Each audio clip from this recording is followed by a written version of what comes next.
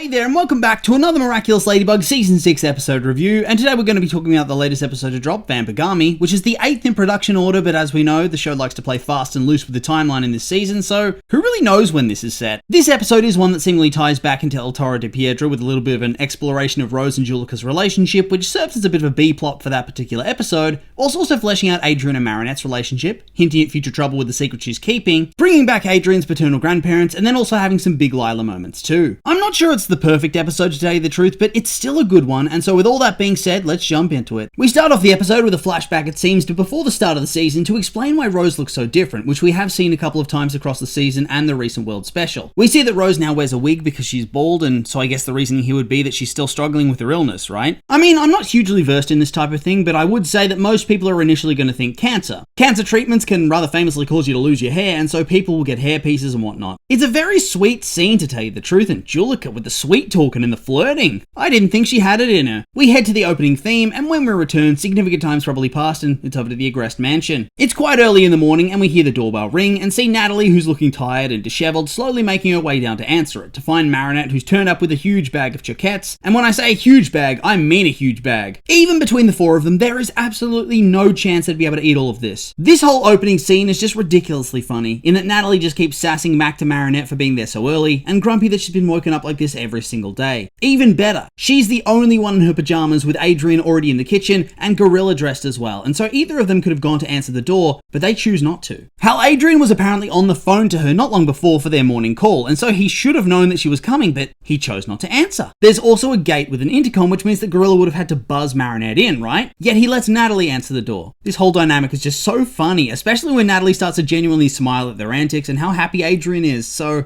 I'm hoping she's going to do some stupid double cross on the kingdom. If she's a legit believer in their villainous ways, I'm going to be so pissed off, I tell you what. Also, where are Marinette's parents in all of this? It's still mostly dark outside, which means that their 14-year-old daughter's likely driving off into the darkness to meet Adrian for breakfast. No sane parent should be okay with this, because surely anything could happen. Lots of weirdos wander around at night. Plus, like I said, she's 14. Absolute madness to me. Do they not have a car to drive her? They are bakers, so they're probably already awake by now, so at the very least, make sure she gets there safely. Or invite the kid for breakfast for once, seeing as your daughter's been going there every single day. Gorilla comes in with a letter for Adrian, within which is 2 tickets for the 50th anniversary screening of a vampire musical movie. A very specific sort of film, but why not? It turns out that this is a surprise present from Gabriel's parents, who want to take Adrian and Marinette to the show, as it's going to be the only screening for the film's 50th anniversary in the entire world. It must be a really niche film then, because otherwise I do find that a bit hard to believe, especially since they claim the film has a big cult following because the audience is supposed to get involved in the screening itself. Anyway, since it's a big event and they had their first kiss watching the film, his grandparents thought they'd come to Paris to spend time with him and go and see the movie together, which is honestly really sweet if you ask me. Natalie tells them that they need costumes because it's traditional to go and dress up for the screening, with her briefly flashing back to her own youth but being too embarrassed to reveal that to anybody. Once again, if Natalie ends up being an out-and-out villain, I think it's going to be massively sad and a big waste. For a moment, it seems as if Adrian's going to turn them down because Marinette doesn't like horror movies, which to me was also kind of sad. Just because you think that Marinette won't like the movie doesn't mean that you shouldn't go. I mean, these are grandparents that he never got to meet because his dad cut them off, I presume because he was embarrassed of his origins. Spend some time with them. Marinette jumps in and digs herself a hole by saying that she actually loves to watch horror movies now, which is an obvious lie given she's doing her typical insane person shtick, and Adrian does question her again, but she sticks to her guns, which later, when she tells Alia, earns her a bit of a tongue lashing. This then leads to the flashback reveal that Adrian's apparently never ever seen a horror movie before, and so he's excited to see if he does like them alongside Marinette. I have a question, how the hell has he never seen a horror movie before? Wasn't there a whole episode where Gabe transforms himself into an akumatized villain, and the plan that they have is to throw discs from Adrian's collection at him to fill up his book and leave him powerless? Am I seriously supposed to believe that in that time alone in his room, he never watched anything close to a horror film? I know that they're going hard on the abusive upbringing / innocent softboy persona for Adrian these days, but I do feel like it goes against what we've seen from him previously, where he's good at gaming and had all that recreational stuff in his bedroom. It's not like Gabe forced him to study 24/7, he just wasn't allowed to go out that much. Regardless, this is how they're portraying the character now, and so that's that, I suppose. Marinette crashes out because she sees no way to avoid it now that Adrian said that he's excited, which leads to her collapsing onto the bathroom floor, which is,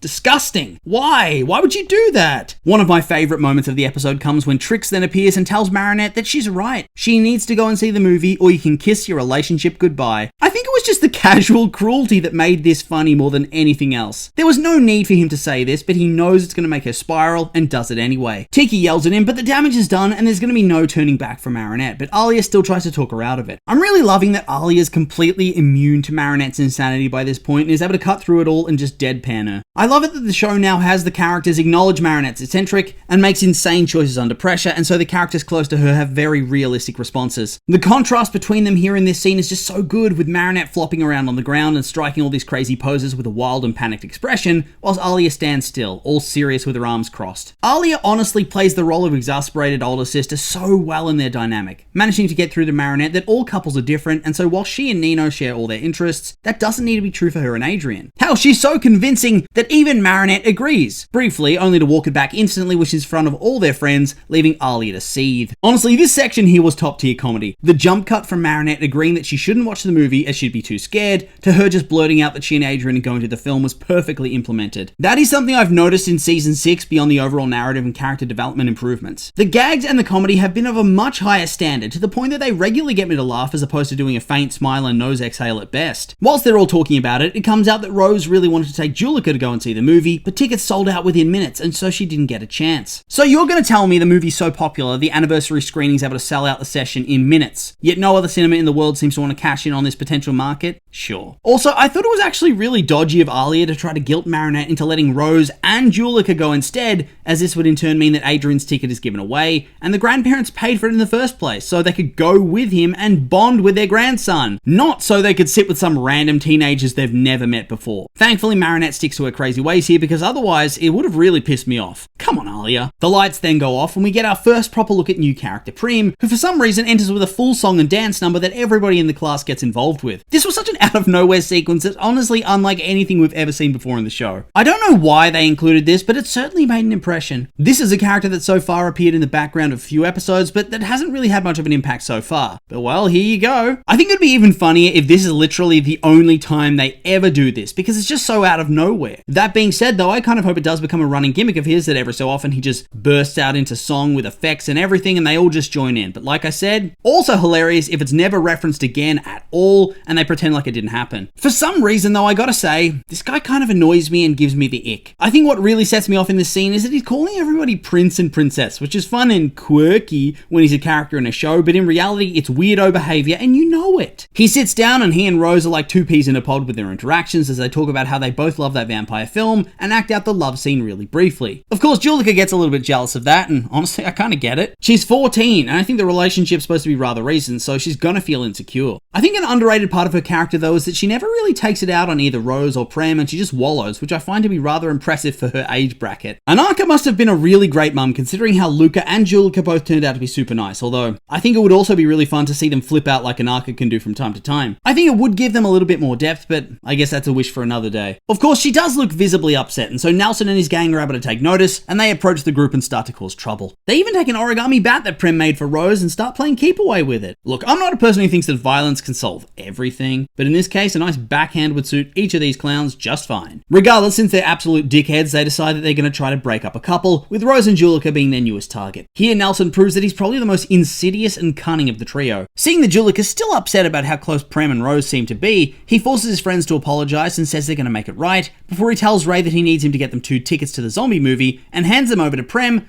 believing that this is going to cause even more drama. Also, I did find it funny that the group was telling these three that they have to repay Prem somehow for what they've done. I mean, all they did was take his paper bat, which he made out of normal paper right there at the table moments before. It's not like they ruined some expensive gift he'd brought or anything, so repaying him seems a bit wild, especially since they end up getting him super expensive tickets for a sold-out show. That does feel massively disproportionate. I also really enjoy that the show goes out of its way to differentiate the different members of that trio. Often in this type of scenario, they're going to have one of the three, in this instance Ray, as the ringleader of the group, whilst the other two play the role of being generic goons. Here though, they're more than that, with Loic being a bit crazy and aggressive, the type of guy who you try not to make eye contact with on the bus in case he thinks you're challenging him to a fight or something like that. Then there's Nelson, who's a bit of a schemer and a bit of a manipulator. For me, he's kind of like if Lila back in the first saga was mask off, and so everybody knew she was an asshole. Thus, she had to use her manipulations on people too pure like Prem or too stupid like Kim to know any better than to trust her. I also love that they're all so hateable. It's nice to see a villain that you can't help but root against, and want to see their comeuppance again and again. So he gives the tickets to Prem and he runs off to go and show Rose. They're in the middle of gardening on the roof when he rocks up to show her, and whilst Marinette's skeptical of him having these tickets randomly somehow, he claims that love gave them to him or something equally weird like that. He offers to take Rose and she accepts, and they get swept up in the excitement and start to freak out Marinette with the prospect of being forced to watch a horror movie. But instead of taking the very obvious out by saying, "Oh, Julika, take my ticket," and confessing to Adrian that horror movies are not for her, she keeps up with the facade. Also, I have to say, and I'm not trying to be a big man or anything like that, but how scary could this film possibly be? I know some old horror movies are creepy, but this is advertised as a vampire musical, so I doubt it's really that scary and instead is just really campy and cheesy. Moving on, another thing I liked here was that they don't force the characters to be willfully stupid and not care about their romantic interests. That seems to be a character trait exclusively reserved for Kim, and that honestly makes me feel very sad for Ondine, because Rose, after briefly celebrating, realizes that Julika doesn't have a ticket, and after all, Rose wanted to take Julika so they could share in one of her favorite movies. I couldn't see Kim have that level of awareness. It seems the message of the episode is that you really need to communicate in a relationship, as Julika could have solved all the drama here just by accepting the ticket that Prem offers her and going with Rose, but instead, she decides to martyr herself and pretend like she isn't sad. She even volunteers to do the makeup for the show. However, I will just reiterate again, that at no point in this episode does Julika lash out at Prem or Rose or act like a crazy jealous person. I mean, Lucas certainly cops it a little bit, but that's about more than just their relationship, I think. I tell you what, this season's really getting me invested in all the minor romances, when previously I just didn't care all that much at all. Although I will say that right now, I actually don't give much of a shit about Nino and Alia, so I reckon they need an episode 2 at some point, right? Also, in terms of just being friends and bonding, I kind of think we need a Nino and Adrian episode as well, but let's not get too sidetracked. We cut over to Adrian's place where Julika's doing Marinette's makeup. She finishes up with Marinette, who walks over to the bathroom to check on Adrian, who walks out and frightens Marinette, who panics and stumbles backwards into Rose and Prem, who are also in makeup now, and they make her scream. Good God, how fast did Julika do the makeup? She only just finished Marinette, who then clearly instantly walked over to see Adrian, and then when she turns around, they're both done already. Talk about a speed run. She tries to run away and is spooked by Adrian's grandparents, who are both in makeup too, and then she runs and hides in the bathroom where she scares herself in the mirror. Okay, so surely everybody at this point can agree that Marinette needs to go and talk to that therapist that everybody in her class visits in Reckless Driver. There is no world in which you should see somebody in home-style vampire makeup when you know that they're just your friends, and yet you scream and run, and then you do the same when you see yourself in the mirror. This child needs help. Then the sad music hits and Julika's left all alone, and it's just very depressing. I actually felt so bad for her here. It also seems that she has yet another Kwame who is not a font of smart decisions. Instead of being a supportive presence, Roar is demanding that Julika go down there and tell Rose and Prem how it is. Yes, Julika, go and cause a scene in front of everybody at the cinema when you could have just communicated at any point earlier than this, and make yourself seem like a psycho controlling girlfriend. I also find it funny that the Kwame seemingly has the opposite personality to Julika, who's very quiet and gentle, and then this thing's all about action and being loud and aggressive. It's always funny when the Kwame has a personality so different to their user, like with Alia and Trix earlier, where Alia's all about being rational and telling the truth, whilst Trix is a shit stirrer and a prankster. Then there's Adrian, who's all calm and gentle and sweet, with Plag, who's an absolute chaos goblin in the best of ways. That being said though, this scene is not perfect because the mutton chops on Raw are just no good if you ask me. It was distracting. The design would be so much better if those weren't there. Instead of listening to the personification of intrusive thoughts and bad decisions though, Julika calls her brother in Brazil, who is once again on the beach playing guitar. Does this dude have anywhere to stay in Brazil, or is he just homeless? Does he go to school at all? This scene actually took me by surprise, but I really liked that. I thought it was going to be a quiet scene where she seeks support from her brother and he gives her a pep talk or something that sort of makes her feel better, but the conversation ends with her saying something like, "Oh, I wish you were here," or whatever, and then things with Rose finally get resolved afterwards. Instead, she openly questions him on why he left to go to Brazil, because they always used to be together and able to talk about everything, but now he's gone and nothing's the same, and it's clear that a lot of her fears about Rose are also stemming from abandonment issues with Luca, who clearly left without ever explaining the reason to his own family. Once again, it plays into that theme that you need to communicate with people. After all, we know from Mr. Agreste that Luca left Paris because he's in love with Marinette, and he was worried that seeing her with Adrian all the time would damage his friendships with both of them. However, if he ever bothered to stop and talk about it, at least without reversing time afterwards, they could have talked things out a bit better. I really liked this scene and showing the consequences of Luca leaving to go and live in Brazil. I'm keen to see how they follow up on that storyline going forward. I'm thinking that we probably get at least one more episode in the season that's going to address this storyline. It's then over to the cinema where they're getting ready for the film, and Marinette is panicking. We see somebody lock the doors of the theatre and then throw the key into a nearby pot plant while sitting down in the cinema with an app on their phone connected to a security camera in the bathroom. Huge creeper behaviour here. For some reason though, when I first watched this, whilst I knew it was a villain of some sort, it didn't really click in my head what the camera in the bathroom was for, and so I thought it was a pretty good twist later on. At the same time as all of this, Rose gets a call from Luca who's asking whether something's happened between her and Julika, seeing as he just got an upset phone call from her. The dude does get some quality brother points in my book for this one, instantly trying to solve the issue and make sure his sister's alright, even all the way from Brazil. Andre comes out on the stage and reveals that this isn't just a 50th anniversary screening, but also a special extended cut that's never before been played in France with 30 extra minutes. Man, Andre really going hard on making his cinema into something special, isn't he? Marinette continues to panic about the film, whilst Rose makes her rapid exit to go and see Julika and make things right because she cares about her and has realised that she made a mistake and she should have pushed harder to make sure she was okay. So she runs off and Marinette goes to follow her, finally confessing to Adrian that he needs to stay with his grandparents because she wouldn't like the film to begin with because she hates horror movies, but she was scared to tell him that. Then we have one of the episode's biggest bits of dialogue, where Adrian tells her that he isn't disappointed in her for not wanting to see the film and being afraid, and the only reason he'd ever be upset is if she lied and did something she didn't want to do, just to spare his feelings. This is a very obvious hint that all is not going to be well when he finds out that he's been lied to about something far more significant than liking horror movies. They're really building up this story in pretty much every episode to the point that I'm fairly confident they're going to have a very big confrontation at the end of this season. If they were going to go too long term with this, I think they wouldn't bring it up so much, but since it's being so heavily teased across pretty much every single episode, yeah, I'm expecting a conclusion probably in the finale. Anyway, Marinette goes off to find Rose and Prem gets upset because he thinks it's all his fault. And I will say, a bit annoying to make it all about himself, but it is what it is. Then this is where some of my questions begin. Once again, we see Lila lure somebody in, not with force, but with sweet lies. But the butterfly was released pre-made by somebody in the theatre already, who releases it just at the right time, with Lila then speaking to Prem. I do wonder what's going on here. Is it Lila in the theatre already? Maybe she doesn't have to speak out loud and all of this is done inside somebody's head and so she can be sitting there just waiting. On top of that, she might have already been powered up into a chrysalis persona because we know from Zoe's episode that a costume can vary based on the mood, which they make sure to remind us of. We also see that Zoe could live a double life as a result, so maybe Lila's doing the same thing and can power up while still being incognito. Theoretically, your costume could just look like a normal person. Rose makes it to the doors but finds they've been padlocked, and then Prem succumbs and transforms with the idea that he's going to bring the movie to Rose and Julika and make sure their relationship remains strong. Instead of doing the normal thing though of taking the film and the projector to them, he decides he's going to mind control the cinema goers into dancing, singing vampires just like he is. Also, so much for a sold out session. There are so many empty seats here. Adrian of course manages to get the hell out of there, whilst Marinette ducks into the ladies' room to transform into Ladybug. Here is where the plot armor gets somewhat strong for me. Tiki comes out of her little hiding place and immediately is looking massively suspicious of this room. Maybe she could see the doors were padlocked if she peeked out into the hallway, but still. She's then able to find the hidden camera almost instantly and warns Marinette not to transform just in the nick of time. It just feels a bit forced that she was able to do that so quickly, you know? However, at the same time, it makes it clear that this is no ordinary akumatization. It's pre-planned, but what was the plan? Lila clearly knew that Marinette would be here and the most logical place to transform is outside, hence the locked doors. With that dealt with, the next logical place to transform is in the toilets. So it's clear that this plan was a trap, much like the Dark Castle episode was a trap to try to puzzle it out as well. But how does Lila know that Marinette was going to be there in the first place? Who was there during that scene in the cafeteria when they're all talking about Marinette going to the movie with Adrian? My number one contender, that's who. However, it doesn't explain how she knew that somebody would be akumatized in the theatre. After all, I don't think you'd attend this sort of event if you could get upset to the point of akumatization just from the movie itself. I know that Marinette was pretty obviously not keen on seeing it, but you wouldn't be setting up the camera if you knew that akumatizing Marinette was the plan. So I guess my question is, how deep does this go? How many people are involved beyond Lila and Tomoe that are planning this? It's almost like they knew there would be drama unfolding, although if Lila's Aglaé, I guess it's no secret that Julika's a little off and this could cause a ripple effect. But even then, it's certainly banking on a lot of things happening outside, but she seemed to be waiting for something to happen in the theatre. After all, she could have surely sensed that Julika was upset across Paris, but she didn't release the butterfly. So Tiki warns Marinette not to transform, and so she has to just pretend like she's hiding in the toilet whilst Lila's there staring at her phone waiting for her to make her move. It's actually pretty intense, and I did love this development because it adds a lot of suspense and a real sense of danger. It really feels like they've upped the stakes massively here. I'm really enjoying this era of actual competent villains after years and years worth of Gabe being the dumbest man alive and getting schooled over and over, whilst in turn also getting screwed over by a lot of the writing itself. This leaves Adrian alone to sneak out a side door and transform into Cat Noir and Cataclysm open the front door so everybody else can escape. Well, everybody who hasn't been turned into a dancing vampire, that is. I will say I think it was a massively missed opportunity to not have them transform into spooky superhero variants. I think it would be cool to have a bit of variance in this sort of thing, especially since we know that mood can change your costume. I don't know, it just would have been cool to see. Another missed opportunity for the episode was to not have a song/dance battle between Cat Noir and Vampagami. When Cat Noir confronts him to protect Rose, he He even strikes a pose and is sort of dancing on the spot. I just think that they should have leaned into it much more like they did at the start of the episode with the backing dancers and the singers and the complete disconnection from reality. I think this would have taken the episode to the next level. Cat Noir quickly gets into trouble fighting all the vampire clones who can in turn throw things that transform you into one of them, and so he has to call Ladybug for help. This is where we get something pretty interesting again. A POV shot of somebody running, chasing Marinette and losing her in the crowd. When she turns the corner to keep chasing her, Marinette's gone, and we see what is clearly Lila in vampire costume at a distance. And this in turn has me wondering about the Butterfly Miraculous. Would it make her a costume like this? Or is there a possibility she actually has accomplices and one of them might have it on at this point? But then again, she could also feel Prem get upset, so that has to be her powered up, right? In a true Miraculous classic, it's revealed that Marinette escaped into the sewer to transform, but not before sharing her concerns about this conspiracy with Tiki. She powers up and then calls both Rose and Julika to the battle. Ladybug turns up and saves Cat Noir from a flash mob, and then it's revealed, I guess, that as part of his power,